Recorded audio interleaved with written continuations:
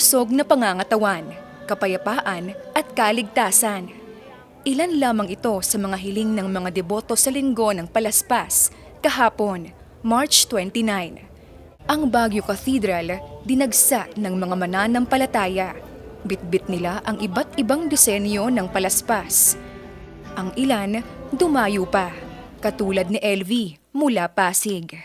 Ito ay nilalagay ko sa pintuan, and then kung may extra ka sa window, sa loob ng bahay, to-protect kasi ito sa lahat ng mga hindi magagandang pangyayari, mga bad spirit daw sabi ng mga. Naging malalim naman ang kahulugan ng linggo ng Palaspas kay Nanay Anita at Mang Jaime. Kanilang hiling, malusog na pangangatawan at mahaba pang buhay kasama ang pamilya.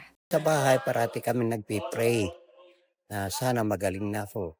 Ayun, pati mga bisyo ko na mga inom sigarilyo natanggal lahat. Hanggang ito, hanggang sa exercise. Ang talagang pinagdadasal ko yung sana Lord, alisin mo na ay ibang sakit ko. Kasi patanda na rin ako, 73 na ako sa September. Saka yung mga anak ko. Pinagdadasal ko rin sila kasi may mga sakit din.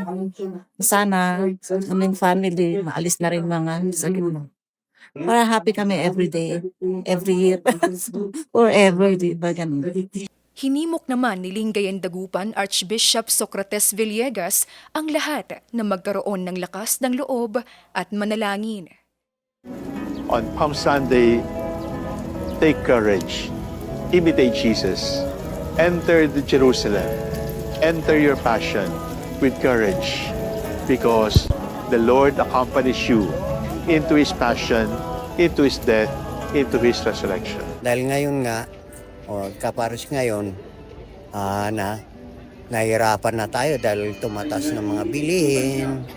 Basta mag-pray lang tayo, maniwala lang tayo sa Kanya, tutulungan tayo.